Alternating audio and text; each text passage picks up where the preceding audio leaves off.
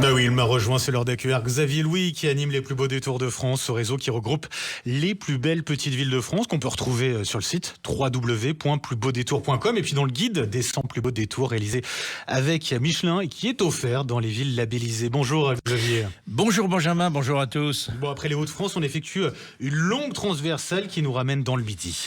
Oui, on va aller plus précisément dans les Alpes-Maritimes. Vraiment, mais dans le nord des Alpes-Maritimes. Là, on n'est pas au bord de la mer, oui. Avec une ville dont j'aime à rappeler qu'elle est la commune la plus récemment française. Ah, tiens. Oui, ouais. C'est à Tende, qui est à la frontière italienne, qui est devenue française par référendum en septembre 1947. Ah oui, c'est très récent. Ouais. Oui, très récent.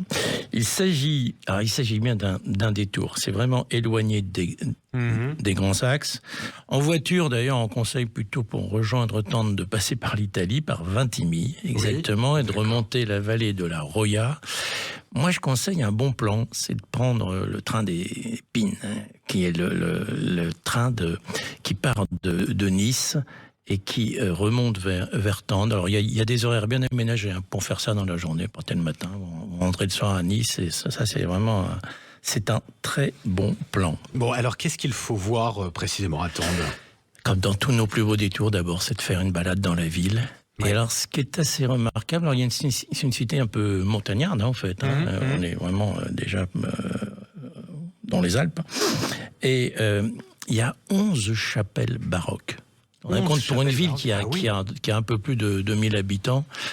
C'est assez remarquable. Et puis alors, les intérieurs de ces chapelles, on peut entrer dans plusieurs d'entre elles. C'est vraiment très riche. C'est ce côté italien aussi qu'on retrouve évidemment. Et alors, il y a ne pas manquer le musée des merveilles. Il est très bien conçu. C'est comme on fait maintenant les musées un peu modernes, très ludiques. C'est très très intéressant. Un beau musée, un grand musée d'ailleurs.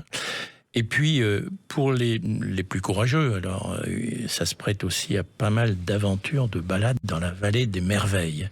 Alors, ça peut se faire à pied, ça peut se faire à cheval, ça peut se faire en VTT notamment, voire en moto d'ailleurs.